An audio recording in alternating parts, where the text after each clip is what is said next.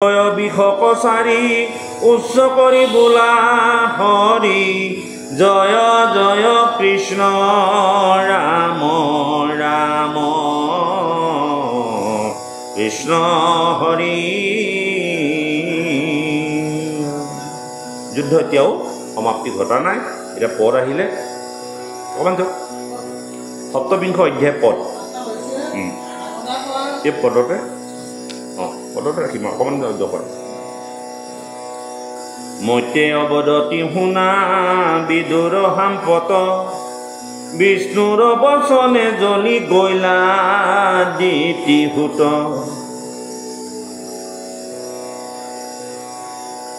এইৰাম পুনু হেহি গদা ধৰি দৈত্য বলি আৰ ভয়ংকৰ নাদ কৰি কৰিলা প্ৰহাৰ।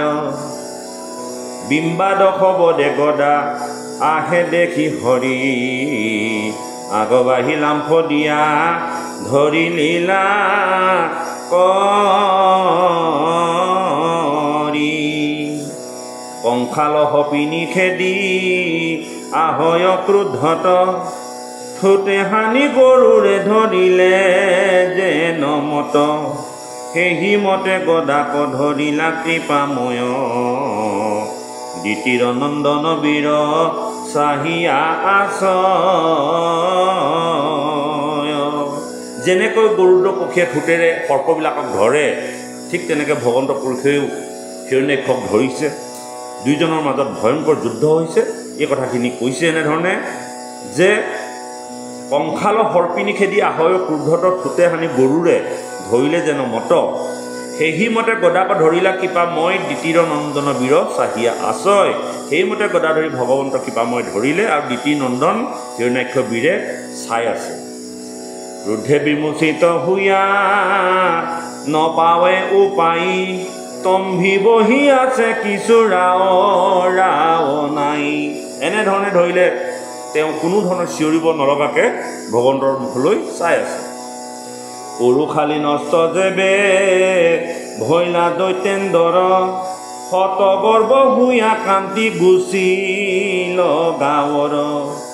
এই ৰাম ভগৱন্ত সাক্ষ্য কৰি দেন্ত যদি গদা তবু নলয় দৈতে লাজ হুয়া তদা। দৈত্যৰ অহংকাৰ আছে, হাতত গদা নাই। যদি ভগৱন্তই গদাটো তেওঁ দিও দিছে কিন্তু তথাপিও তেওঁ অহংকাৰৰ কাৰণে ভগৱন্তৰ হাতৰ পৰা গদাটো লোৱা নাই যে মই তোৰ গদা লৈ পেলাই যুদ্ধ কৰিম নেকি। এই কথাটো ইয়াত কৈছে যে ভগৱন্ত সাক্ষ্য কৰি দেন্ত যদি গদা তভু নলবয় দৈত্যে লাজ হুয় তদা। লাজত মানে কাৰণ অসুৰসকলে অহংকাৰীসকলে কেতিয়াও বৈশ্যতা স্বীকাৰ কৰিবলৈ নিবিচাৰে। ভগৱন্তই কৈছে তোৰ হাতত গদা চদা নাই, ল এইটো গদা এটা মই দিছোঁ, যুদ্ধ কৰ মোৰ লগত। কিন্তু এতিয়া দৈত্যই লাজ কৰি ভগৱন্তই দিছে যদি গদাটো নলয়। এই ৰাম ধৰিলা ত্ৰিশূল পাছে মহাভয়ংকৰ তিনি শিখা হমে যেন অগ্নিপলয়ৰ। ৰুধে মাথে জংকাৰিয়া দৈত্য বলিয়াৰ বৰাহ বিষ্ণুৰ প্ৰতি কৰিলা প্ৰহাৰ। অভিচাৰ কৰে যেন ব্ৰাহ্মণক প্ৰতি সেইমতে অকাৰ্য কৰিলা পাপমতি। শৰীৰৰ বলে হানি লেক দৈত্যেশ্বৰ আকাশে প্ৰকাশী ফুল আহে ভয়ংকৰ। দেখি তাক তীক্ষ্ণতৰ চক্ৰ ধৰি হৰি অনায়াসে কাটিল অন্ত খণ্ড খণ্ড কৰি। এইবাৰ ভগৱন্তই ত্ৰিশূলে আক্ৰমণ কৰিলে আৰু শেষত চক্ৰই তেওঁক কি কৰিলে খণ্ড খণ্ড কৰি পেলাই কাটি পেলালে। পৰ্বতৰ প্ৰসাদে নচেদিলা বাসবে ত্ৰিশূলকো সেইমতে কাটিলা মাধৱে। ভগৱন্তই দিয়া গদাটো তেওঁ নল'লে, তেওঁ আকৌ ত্ৰিশূল লৈ ল'লে আৰু ত্ৰিশূল লৈ যেতিয়া ভগৱন্তৰ ফালে খেদা মাৰি ত্ৰিশূল প্ৰহাৰ কৰিলে ভগৱন্তক গালে আৰু সেই ত্ৰিশূলক ভগৱন্তই নিজৰ চক্ৰৰ দ্বাৰা খণ্ড খণ্ড কৰি কাটি পেলালে। হে ৰাম ফুলছেদ দেখি দৈত্ৰ ক্ৰোধত কাম্পয় দখন কামুৰি খেদি আহিলে কতয় বিষ্ণুৰ বহল বক্ষস্থলে দুৰাচাৰ বজ্ৰহম মুষ্টি পাছে হানিলা অপাৰ ত্ৰিশূল যেতিয়া কাটি পেলালে এইবাৰ হিৰণ্যাক্ষ আহি ভগৱন্তৰ বক্ষস্থল বহল বক্ষস্থলত সোমাই ভুকুৱাবলৈ ধৰিছিল শ্ৰীৰাম তেতিক্ষণে অন্ধধান ভৈলা মায়া কৰি তাহাৰ পহাৰে কিছু নকম্পিলা হৰি নাহি ভ্ৰুৱ ভংগ ৰহিয়া চাকি পামই মালৰ পহাৰে মত্ৰ অস্থিৰ আলয় এইবাৰ অসুৰে আকৌ কি কৰিছে মায়া প্ৰয়োগ কৰিছে মায়া কৰি অন্তৰ্ধান হৈ যায় আকৌ মাৰে কাৰণ অসুৰবিলাকে দৈত্যবিলাকে মায়া জানে কিন্তু সেই মায়া যে জানে আচলতে সেই মায়াৰ সৃষ্টিকাৰী কোন মায়াৰ স্বামী কোন ভগৱন্ত আৰু ভগৱন্তৰ ওচৰত জানো মায়াই কিবা তিষ্টি থাকিব পাৰে অসুৰে মায়া কৰিছে আৰু সেই মায়াৰ সৃষ্টিকাৰীজনে হ'ল ভগৱন্তৰ পুৰুষ ভগৱন্তৰ ভাৰ্যা মায়া আৰু মায়া কৰিছে যদিও ভগৱন্তৰ কোনো তাত ক্ষতি হোৱা নাই হে ৰাম নাহি ধ্ৰুৱ ভংগ ৰহিয়া চাকি পামই মালৰ পহাৰে মত হস্তিৰ আলয় পাছে দৈত্যে সন্মুখে নপাৰো জানি মনে সজিলন্ত বহুবিধ মায়াতে তীক্ষ্ণে মায়াৰ পতিৰ আগে মায়া প্ৰকাশ হয় তাকো দেখি প্ৰজা ভুলে মিলিল প্ৰলয় মায়াৰ প্ৰতি আগত আকৌ মায়াৰ খেল দেখুৱাইছে তেওঁ বিভিন্ন মায়া খেল দেখুৱাইছে আৰু প্ৰজাসকলেতো নাজানে এইবিলাক কথা মায়া কৰিছে অসুৰে মাৰিবলৈ ল'লে নাইকিয়া হৈ যায় মায়াৰ খেল কৰিবলৈ ধৰিছে আৰু প্ৰজাসকলে ভয় খাইছে কিন্তু মায়াৰ প্ৰতি ওচৰত মায়াই কোনো প্ৰভাৱ পেলাব নোৱাৰে হে ৰাম মায়াৰ পতিৰ আগে মায়া প্ৰকাশ হয় তাকো দেখি প্ৰজা বোলে মিলিল প্ৰলয় পৰম পচন্দ বায়ু বহিবে লাগিল ধূলা উজৰীয়া হবে অন্ধকাৰ ভৈল যেন কোনোজনে হানি আহা পঠাবয় সেই বেলা দিশ হন্তে পৰে খিলাচয় মহামেঘগণে আহি ঢাকিল আকাশ নক্ষত্ৰ মণ্ডলে আৰু নকৰে প্ৰকাশ যেতিয়া অথন্তৰ হ'ব হ'ল লগে লগে মেঘ ছানি ধৰিলে নক্ষত্ৰবিলাকে পোহৰ দিবলৈ এৰি দিলে সূৰ্যৰ ৰশ্মি নাইকিয়া হৈ গ'ল আৰু এটা সাংঘাতিক বিভৎস সময় আহি পৰিলে যে দৈত্যক নাশ কৰিবৰ সময়ত কি হৈছে সমস্ত নক্ষত্ৰবিলাকেও বা জগতেও পোহৰ দিবলৈ এৰি দিছে হে ৰাম মহামেঘগণে আহি ঢাকিল আকাশ নক্ষত্ৰ মণ্ডলে আৰু নকৰে প্ৰকাশ এতেকে জানিবা তাৰ বল বুদ্ধি ভৈল ব্ৰহ্মা কহিবাৰ কাল অতিক্ৰমী গৈল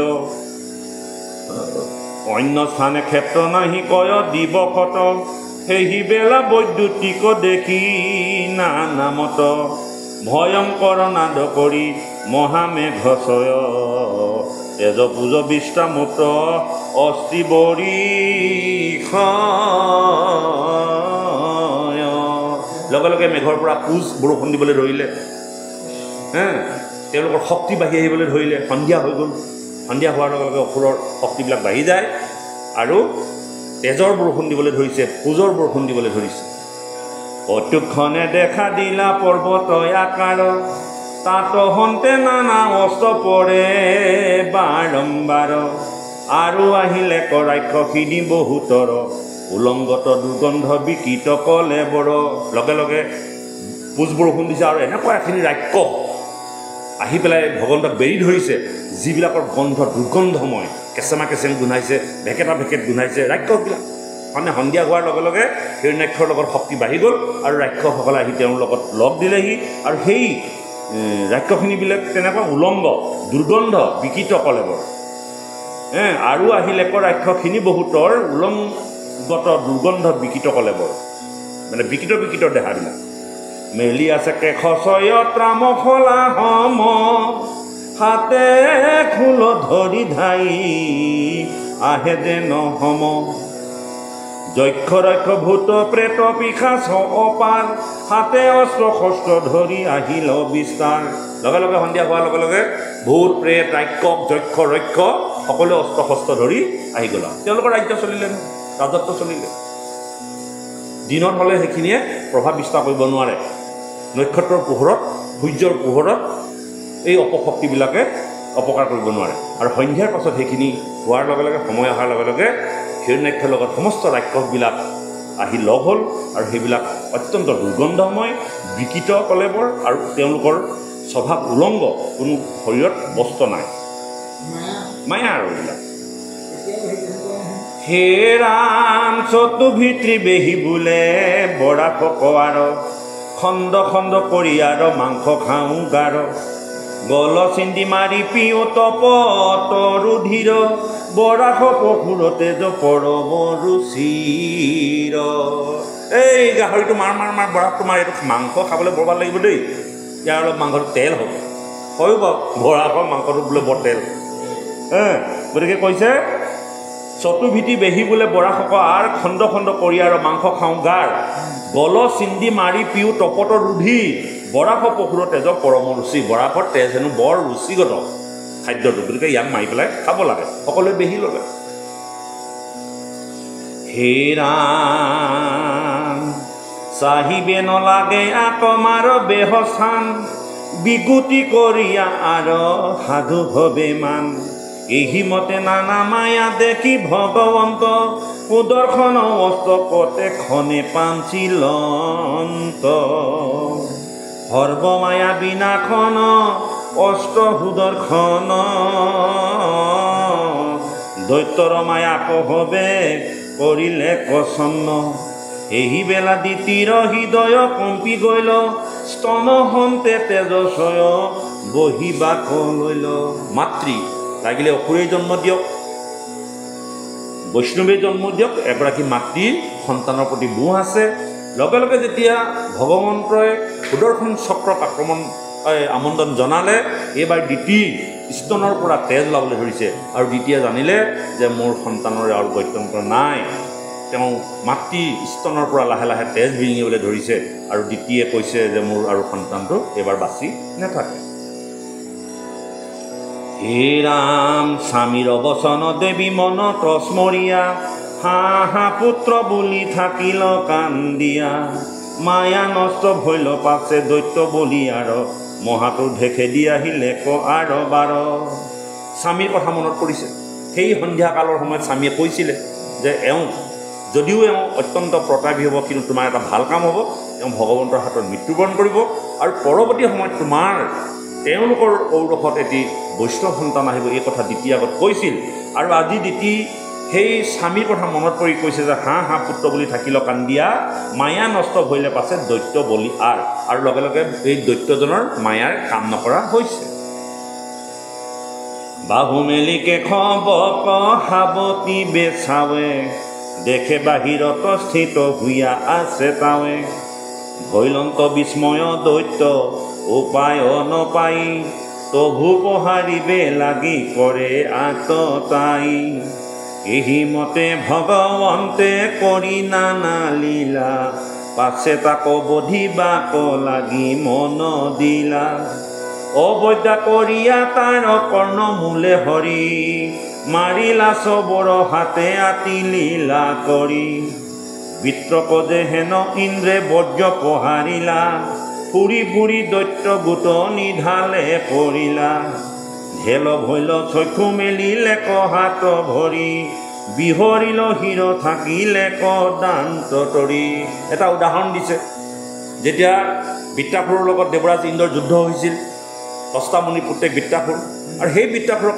যেনেধৰণে দেৱৰাজ ইন্দ্ৰৰ ত্ৰিশূলেৰে নাশ কৰিছিল আজি ভগৱন্তই তেওঁক কি কৰিছে তেনেধৰণে নাশ কৰিছে হে ৰাম যেন মহা বিষয় ভাৰিল চন্দ্ৰবাৱে পৰিবাৰ দেখি হৰি কৈলা হে হিথাৱে ওপৰত উঠি তাৰ কৰি মহালীলা সুৰ সম দন্ত অগ্ৰে হৃদয় চিৰিলা সেই সুৰৰ নিচিনা দাঁতৰ আগত যিটো তীক্ষ্ণ ধাৰ আৰু সেই দাঁতেৰে কি কৰিলে হিৰণ্যাক্ষৰ বুকু ফালি পেলালে গন্ধমুণ্ড তুণ্ড তেজ লাগি অপৰ্যন্ত পলাশ ফুলিল যেন প্ৰভু প্ৰকাশন্ত। তেওঁ তেজবিলাক যেতিয়া মুখত বিৰিঙি উঠিল যেন বসন্তৰ কালত পলাশ ফুলিলে যিটো ৰং ওলায় তেনেকুৱা হৈছে। কাৰণ যেতিয়া দাঁতেৰে হিৰণ্যাক্ষ বুকু বিদাৰি দিলে লগে লগে হিৰণ্যাক্ষৰ পৰা যিটো তেজ তেওঁ মুখত ছিটিকি পৰিল যেন বসন্ত কালত পলাশ ফুলিলে যেনেকুৱা ৰং হয় তেনেকুৱা এটা প্ৰতিচ্ছবি দেখা গৈছে। হায় ৰাম পাছে আকাশৰ পৰা দে যত দেৱ ছয় পুষ্প বৰিষিয়া হবে কৰে জয় জয়। ব্ৰহ্মা আদি কৰি আহিল অন্ত দেৱগণ দেখে দৈত্য পৃথিৱীত কৰিলা শয়ন। কৰয় প্ৰকাশ দান্ত কামুৰিয়া আছে আনন্দ লভিয়া প্ৰশংসিল হবে পাছে। সকলো আহি দেখিলে যে হিৰণ্যাক্ষ ধৰিত্ৰীৰ বুকুত শয়ন কৰিছে, মৰি থাকিলে, মাৰি পেলালে। আহোঁ কিনো লভিলে ক ইমত মৰণ যাক সমাধিত চিন্তে মহাযোগীগণ। সেনয় প্ৰভুৰ হাতে পহাৰক পাই দেহক এৰিলে ইটো তান মুখ চাই। ইটো দুই আছিলে ক বিষ্ণু পাৰিষদ ব্ৰাহ্মণৰ সাপে হেন লভিলা আপদ। কোনো তিনি জন্মে দুয়ো বৈকুণ্ঠ পাইবে ক দ্বাৰপাল হুইয়া দুনাই ৰংগে থাকিবে ক। এনেধৰণে তেওঁলোকে মৃত্যুবৰণ কৰি কৰি কেইটা জন্ম ল'লে? তিনিটা জন্ম। তিনিটা জন্ম কি কি? প্ৰথমতে হিৰণ্যকশিপুৰ, তাৰপিছত ৰাৱণ কুম্ভকৰ্ণ, তাৰপিছত শিশুপাল আৰু দন্তবক্ৰ। এনেকৈ তিনিটা জন্ম ল'ব লগা হৈছে। এটা জন্মতে তেওঁলোকে ভগৱন্তৰ হাতৰ পৰা হাৰি পেলাই বৈকুণ্ঠলৈ যাব পৰা নাই। এইটো জন্মত ভগৱন্তই হত্যা কৰিলে, লগে লগে তেওঁ কলৈ গ'লগৈ? ৰাৱণ কুম্ভকৰ্ণলৈ গতি কৰিলে। আকৌ ৰাৱণ কুম্ভকৰ্ণক এটা যুগত ৰামচন্দ্ৰ অৱতাৰ হৈ মৃত্যুবৰণ কৰিলে বা মাৰিলে। তাৰপিছত দাপৰ যুগত আহি পেলাই তেওঁ কি হ'ল? দন্তবক্ৰ আৰু শিশুপাল হৈ সেইবাৰতহে তেওঁলোকে বৈকুণ্ঠলৈ গতি কৰিলে। হে ৰাম এহি বুলি কৰ জোৰে স্তুতি বিনাৱন্ত নমো নমো যজ্ঞ মূৰ্তি দেৱ ভগৱন্ত। আজি কিনো আনন্দ কৰাইলা আমাহাৰ বধিলা দৈত্যক গৈল জগতৰ ভাৰ।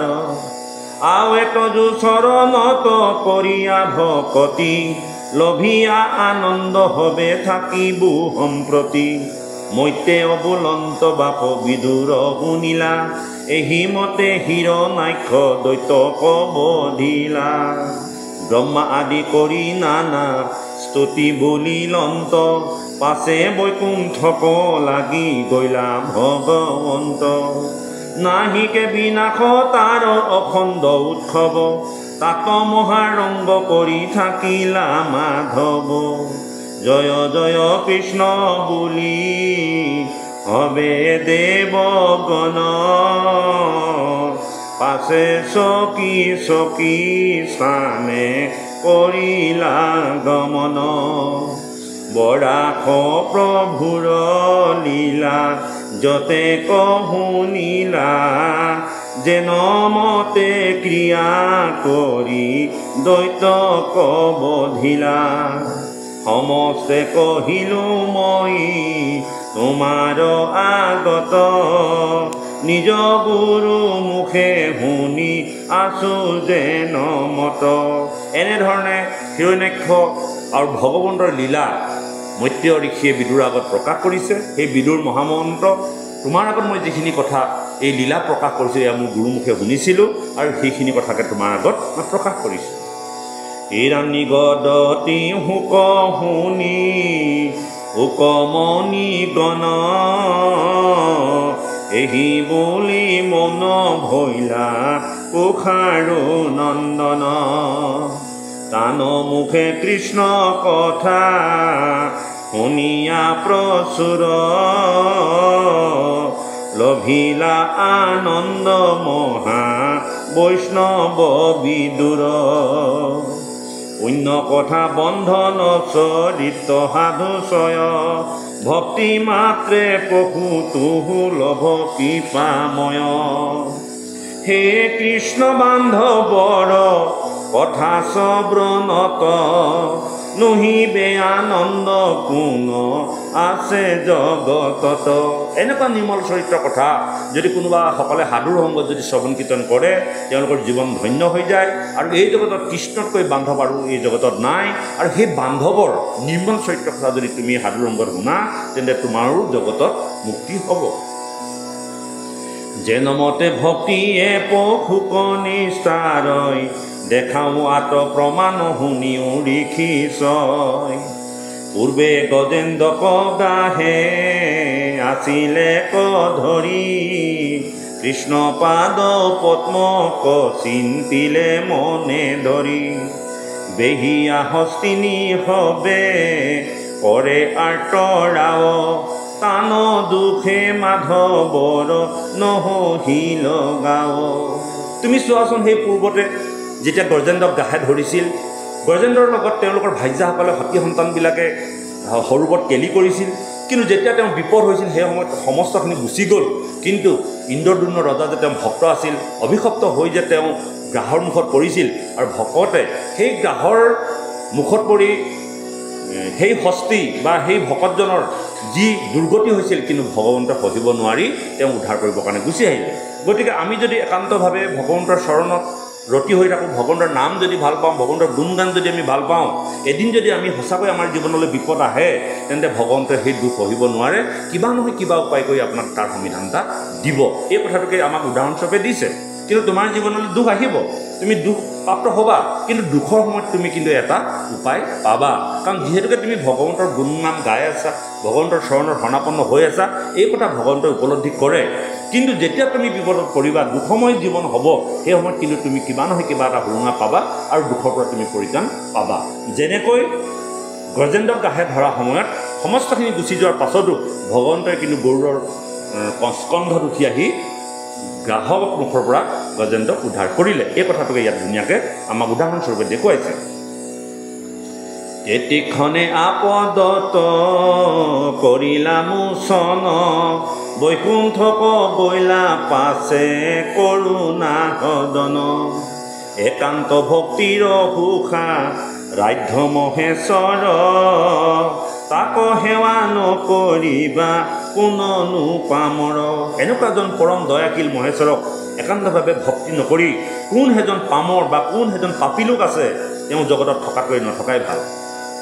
অসাধু দুৰ্জনে টান সেৱা দেখে চাৰ বৈষ্ণৱজনৰ সেৱা বিনে নাহি আৰ।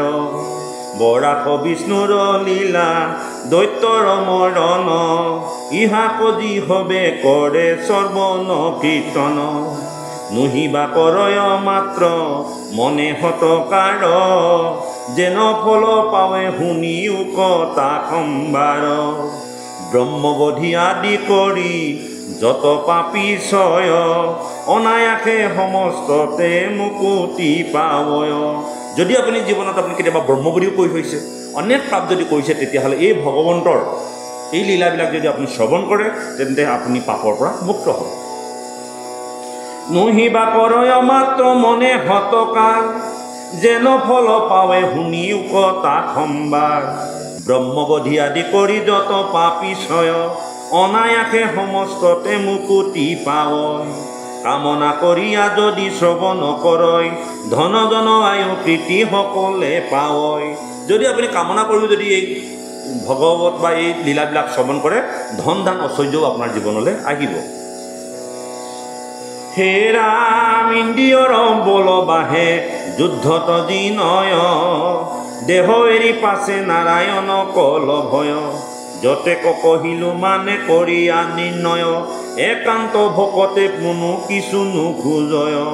মহাপুৰুষাৰ্থ জানি শুনয় সদায় ভকতি লভিয়া বৈকুণ্ঠত লয় ঠাই। দুটা বস্তু, কোনো লোকে ধন দান ঐশ্বৰ্য বিচাৰে, ভগৱন্তই সেইখিনিও দিয়ে। আৰু কিন্তু একান্ত ভকতসকলে এই বস্তুবিলাক নিবিচাৰে, তেওঁলোকে এটা পৰম পদ বিচাৰে যেন বৈকুণ্ঠত গৈ মই ঠাই পাওঁ, তাত সুখে আনন্দৰে থাকিব পাৰোঁ। তেওঁ ইহকালৰ সম্পত্তিৰ প্ৰতি আগ্ৰহ নাই। ভকত দুজন, এজনে কামনা কৰি ভজে সেয়া সকামী, আৰু এজনে কামনা নোহোৱাকৈ ভজে তেওঁ নিষ্কামী। গতিকে মোৰ কিন্তু একান্ত ভকতসকলে কেতিয়াও কামনা নকৰে, তেওঁলোকে ভগৱন্তৰ চৰণত ঠাই পাবলৈহে অহৰহ চিন্তা কৰি থাকে। হে ৰাম মহাপুৰুষাৰ্থ জানি শুনয় সদায়, ভকতি লভিয়া বৈকুণ্ঠত লবে ঠাই। বৰাহ চৰিত এহি মানে সমাপতি, বিৰচিলা গোপাল চৰণ শিশুমতি। শুনা নৰ নাৰী কৃষ্ণ কথা বিতুপন, ইহে কৰাই বেক হৰি ভকতি বন্ধন। দেখা কেনে মাধৱৰ লীলাৰ মহত্ৰ, লোকৰ নিমিত্তে কৰে চৰিত্ৰ বেকত। ভক্ত হমে যুদ্ধ কৰি থৈলা কৃতিশয়, আকৌ শুনি লোকে নিষ্ঠাৰূপ ভৱ ভয়। এহি জানি তান পাৱে পকিও হৰণ, সাধু সংগে কৰিও কচবন কীৰ্তন। কেৱলে ভক্তিক যদি মনে কৰা ইচ্ছা, গায়ো গুণ নামতে বে এৰি হবে মিছা। এই যে যুদ্ধখন যে দেখালোঁ, জগতত ভক্তসকলৰ, মই কাৰ লগত যুদ্ধ কৰিছে ভগৱন্তে? ভক্তৰ লগত যুদ্ধ কৰিছে, পাৰিষদৰ লগত যুদ্ধ কৰিছে। ভক্তৰ লগত যুদ্ধ কৰি কাললৈ বা জগতলৈ মই এই উদাহৰণ থৈছোঁ। গতিকে জগতত লোকসকলে এই চৰিত্ৰ শ্ৰৱণ কৰিলে তেওঁলোকে জগতৰ পৰা মুক্তি পাব। সেইকাৰণে মোৰ চৰিত্ৰবিলাক মই ইয়াত প্ৰকাশ কৰিছোঁ।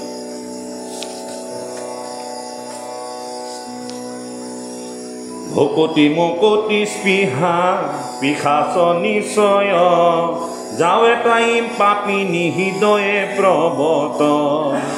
তাৱতনু শিকে ভক্তি সুখৰ উদয়, জানি তাইক ত্যাজি ভজিউক কৃপাময়। নমো নমো মোৰ ইষ্ট দেৱ মহাহৰি, মই অধমক নাথ লয়ো দাস কৰি।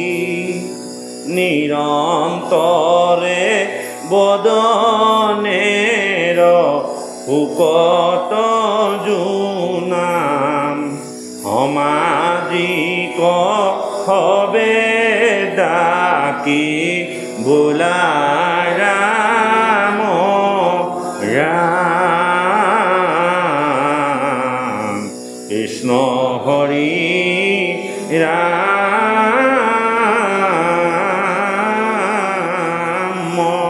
ৰাম। কৃষ্ণ সময় দিব।